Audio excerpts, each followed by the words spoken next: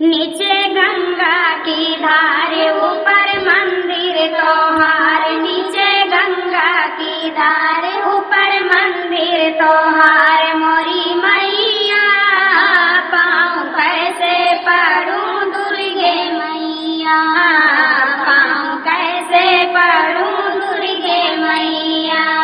लाई बागों का फूल, लाई अड़हुल का फूल, डाला भंवरा जूठार, मैं तो हो गई लाचार। मोरी मैया पाँव कैसे पढ़ूं दुर्गे मैया, पाँव कैसे पढ़ूं दुर्गे मैया।